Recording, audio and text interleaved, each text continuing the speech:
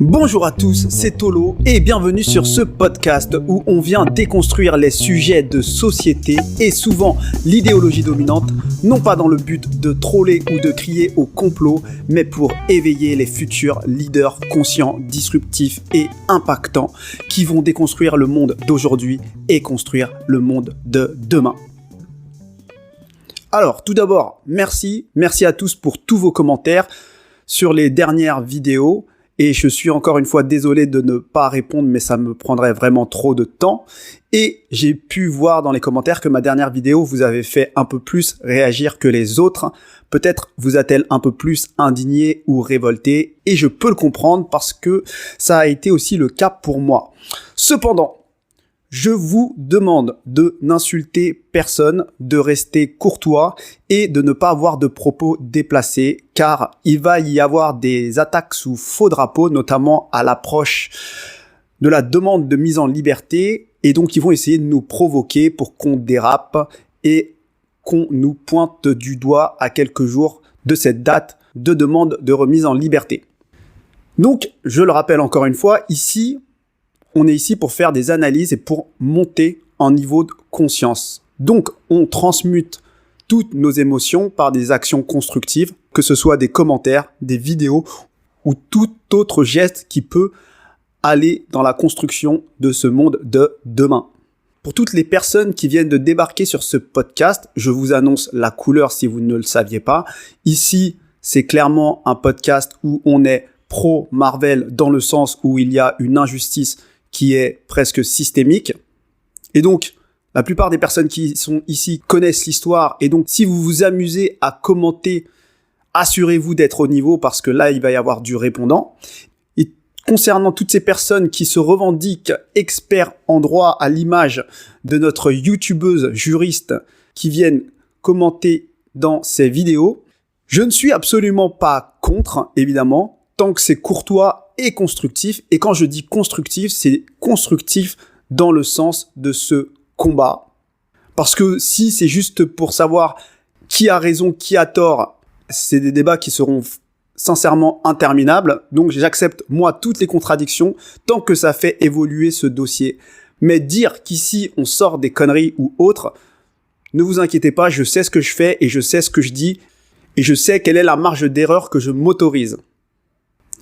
Donc, toutes les personnes qui viennent revendiquer leur expertise ici, moi, je vous invite à nous préciser ce que vous faites, si vous êtes juriste ou avocat ou étudiant en droit, et si vous exercez, et depuis quand vous exercez.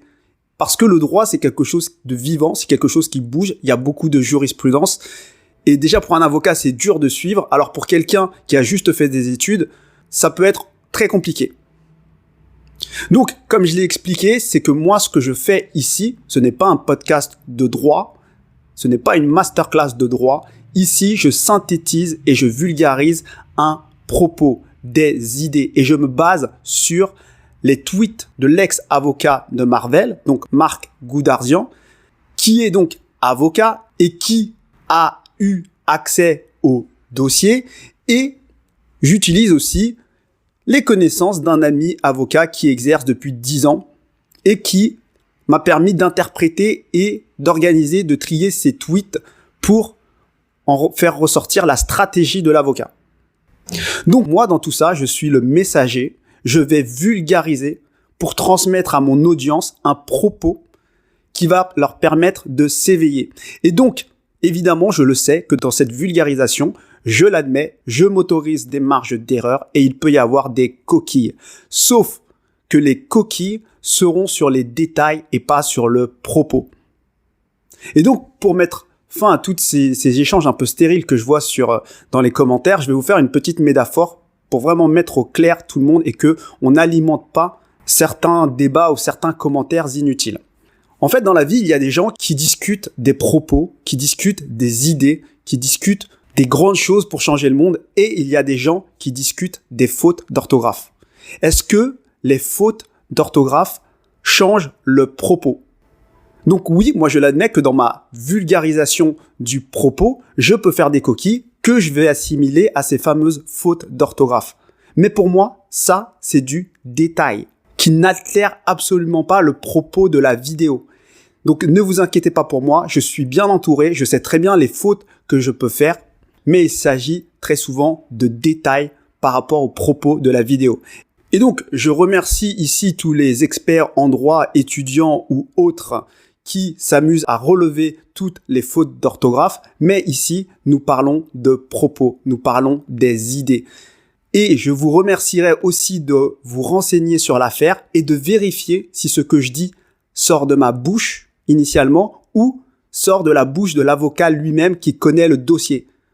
Donc voilà, c'était pour mettre au clair un peu certains parasites qui sont réellement contre-productifs. Et à tous les autres, soyons extrêmement respectueux envers eux parce que certains esprits rigides ne peuvent pas lire un propos, un texte contenant des fautes d'orthographe. Et après, la question, c'est à qui la faute? Peut-être que c'est la faute à celui qui fait des fautes d'orthographe, ou peut-être c'est la faute à cet esprit rigide qui n'arrive pas à extraire le propos malgré les fautes.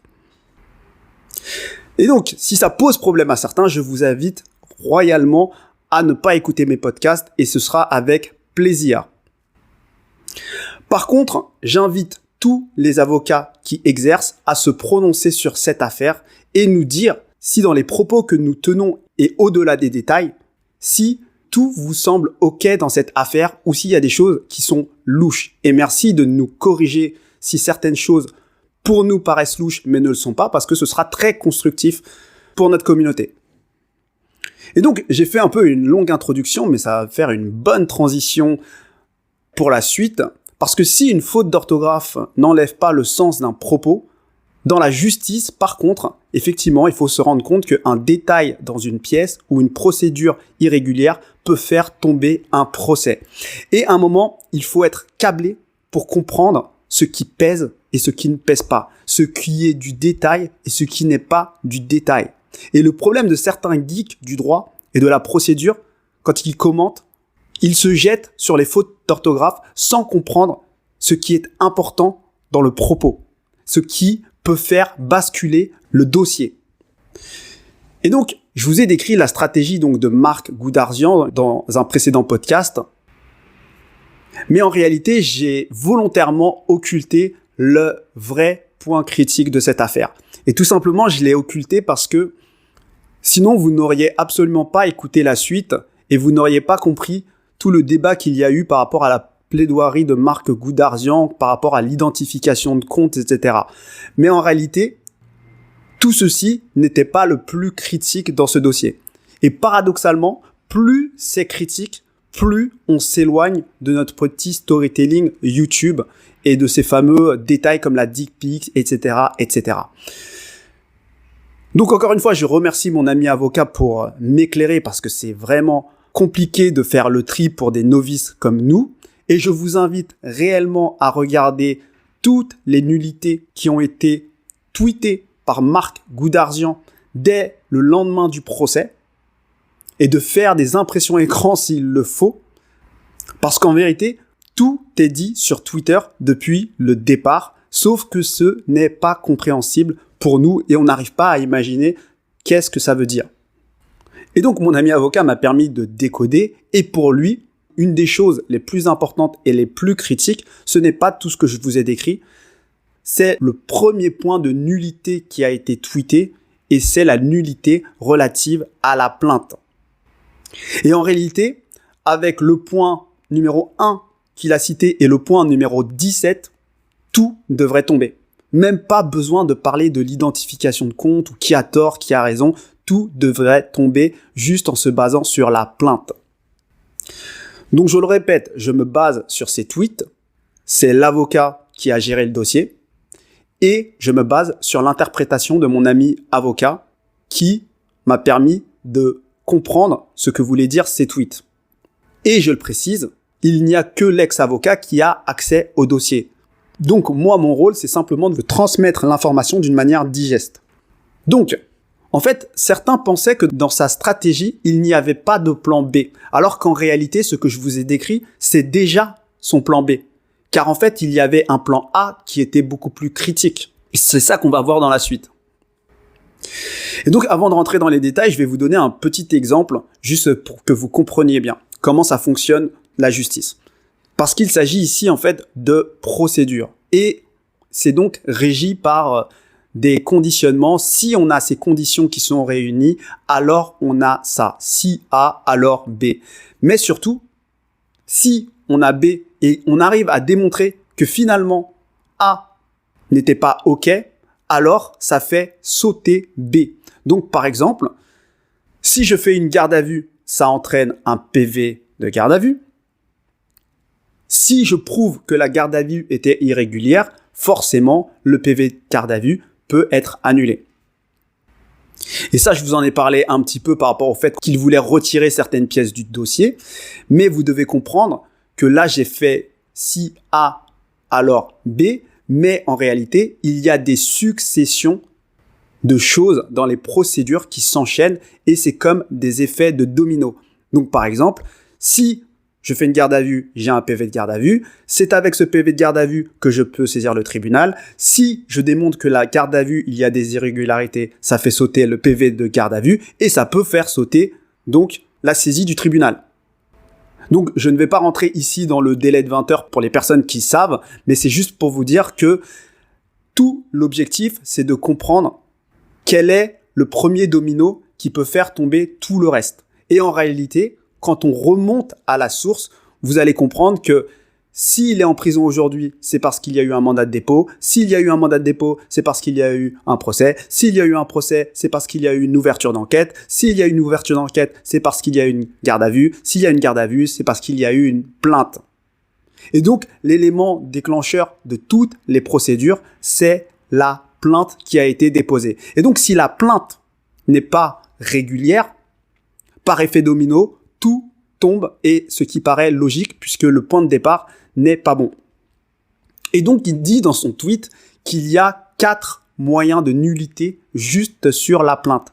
Je répète, il y a 4 moyens de nullité juste sur la plainte et quand on va un peu plus loin sur le point 17, il y a une irrecevabilité. Donc, autant vous dire que c'est très surprenant de voir ça dans un dossier, m'a dit mon ami avocat, parce que ça fait beaucoup. Ça fait beaucoup de choses qui vont pas. Et donc, pour être très clair, un seul moyen de nullité aurait suffi pour faire tomber la plainte. Et donc, là, vous avez bien entendu, il y en a 4.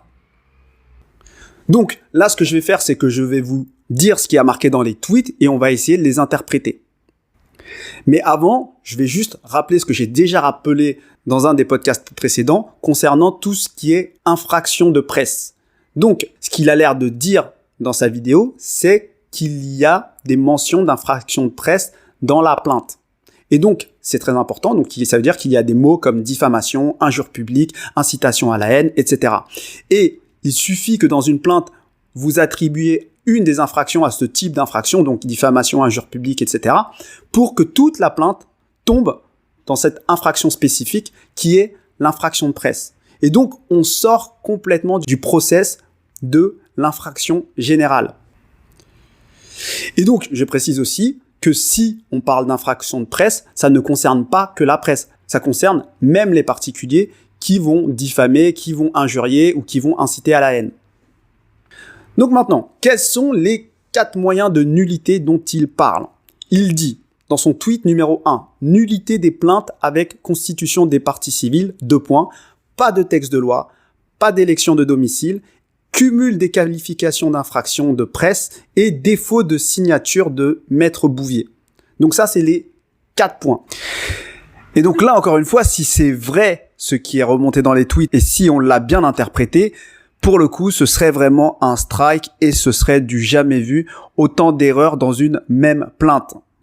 Donc, qu'est-ce que ça veut dire pas de texte de loi ? Ça veut dire que dans le cadre des infractions de presse, vous devez obligatoirement préciser quel est l'article de loi qui correspond à l'infraction.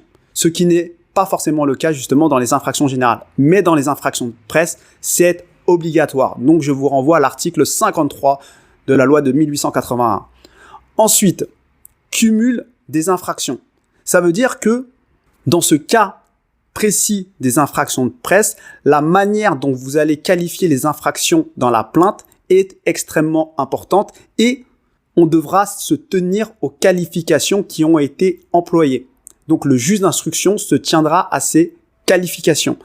Donc pareil, vous ne pouvez pas associer plusieurs faits, plusieurs infractions et dire qu'elles relèvent et de la diffamation et de l'injure publique. Là, vous devez choisir. Ça ne peut pas être les deux. Et donc, derrière, il y a une jurisprudence et c'est vraiment une cause de nullité qui peut annuler toute la plainte. Ensuite, élection de domicile.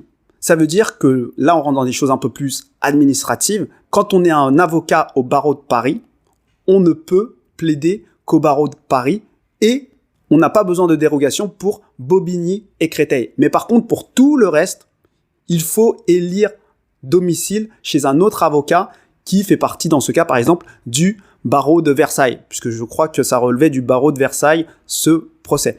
Donc, pour faire ce type de plainte et aller plaider à Versailles, il faut élire domicile chez un confrère du barreau de Versailles. Et donc ça n'a pas été fait. Et donc pareil, c'est article 53 de la loi de 1881. Et enfin, défaut de signature de Maître Bouvier. Donc, ce qui signifie que apparemment, très probablement, un document, et je pense que c'est la plainte, n'a pas été signé. Donc, une plainte a été rédigée probablement par l'avocat et cette plainte n'a pas été signée. Et c'est pour ça qu'il parlerait de défaut de signature. Et donc, c'est les 4 points qui paraissent quand même assez importants. Et dans le fond et dans la forme, des choses un peu plus administratives comme l'élection de domicile et comme le défaut de signature. Mais justement, quand c'est administratif, ça peut être très important. Sinon, ça peut annuler la plainte et donc les poursuites. Maintenant, ce qui est de l'ordre de l'irrecevabilité, et c'est son point numéro 17. Ce que vous devez comprendre, c'est que pour toutes les infractions de presse, il y a un délai de prescription de 3 mois. Au bout de 3 mois, c'est terminé. Donc, si on publie une injure sur vous et qu'elle a été publiée il y a 4 mois et que vous ne l'avez pas vue, c'est terminé. Vous ne pouvez plus porter plainte. Et ça, c'est le cadre très particulier des infractions de presse pour cadrer un peu la liberté d'expression en France. Et donc, dans le cas des infractions générales type harcèlement ou autre, on va déposer ça auprès du procureur de la République. Mais dans ce cas-là, comme il y a mention d'infraction qui relève de l'infraction de presse, et donc ça tombe dans une autre procédure, on doit porter plainte auprès du doyen des juges d'instruction et non auprès du procureur de la République. Tout simplement parce que ça va interrompre le délai de 3 mois. Et donc, si on ne le fait pas, si on ne dépose pas plainte auprès du doyen des juges d'instruction, on doit faire un réquisitoire introductif pour interrompre ce fameux délai de 3 mois. Et donc, ici, la procédure standard pour ce type d'infraction, c'est de déposer au doyen des juges d'instruction. Et c'est pas ce qui a été fait. Et donc, c'est très important parce que il y a, du coup, le délai de 3 mois a probablement été dépassé pour beaucoup de faits. Et donc là, vous l'aurez compris, l'avocate des parties civiles a donc déposé plainte devant le mauvais magistrat. Donc la procédure classique que nous aurions dû avoir ici, c'est simplement déposer plainte auprès du doyen des juges d'instruction et ensuite, ça va déclencher la mise en examen par un juge d'instruction. Et là, ce qui a été fait, c'est la procédure classique, donc plainte auprès du procureur de la République avec ouverture d'enquête préliminaire. Et donc ça, c'est l'article 85 du Code de procédure pénale. Et donc, en vérité, en 2 tweets, il a détruit le dossier. Parce que si la plainte n'est pas recevable, pas de garde à vue, pas d'enquête, pas de procès, pas de mandat de dépôt, rien, pas de prison. Et ça, je pense que c'était véritablement son plan A. Et qui, pour le coup, était très légitime. Donc là, on est en face de quand même de grosses erreurs et il faut rappeler que si l'avocat n'a pour le coup pas d'obligation en matière de résultats au niveau du procès, il a des obligations de résultats au niveau des actes juridiques qu'il va rédiger. Et donc si ça vous arrive, à titre informatif, si le procès est annulé parce que un des documents a été mal rédigé, vous pouvez vous retourner contre votre avocat. C'est votre droit. Donc, moi, ce que je vous demande ici, c'est d'intégrer ce que je viens de vous dire, de le mettre au regard des podcasts précédents pour bien comprendre ce qui est critique et ce qui est moins critique. Donc, le plan A, entre guillemets, puis le plan B, et comprendre aussi qu'en fait, d'un point de vue juridique, parler du storytelling, de la dick pic, etc., c'est le plan Z. En vérité, vu tous les moyens de nullité qu'il a cités, et que celui-là est extrêmement critique, et ce que je vous ai décrit dans la stratégie et ce qui a été publiquement, on va dire, débattu dans l'espace public, son plan B était aussi assez critique, en réalité, ça n'aurait pas dû aller plus loin. Donc, je vous ai cité un peu les tweets de Marc Goudarzian que je vous invite à regarder et même à sauvegarder. Je vous ai un peu cité quelques textes de loi si ça vous intéresse. Et maintenant, on en arrive à une autre réflexion que je voudrais vous partager. Parce que moi, ce que j'ai compris en travaillant avec mon ami et que j'ai vu travailler et que j'ai vu raisonner, c'est évidemment que l'avocat est quelqu'un qui doit être stratège. Mais en réalité, une des qualités d'un bon avocat, c'est l'expérience. Et un dossier, c'est des centaines, voire des milliers de pages de pièces. Et un bon avocat sait quoi regarder pour faire tomber un dossier, car il connaît la loi, mais surtout, il connaît les jurisprudences et leurs différentes valeurs, parce qu'elles ne se valent pas forcément toutes. Et finalement, il est immergé dans ce droit qui est un peu en constante réinvention avec toutes ces lois et ces jurisprudences et ces arrêts, etc.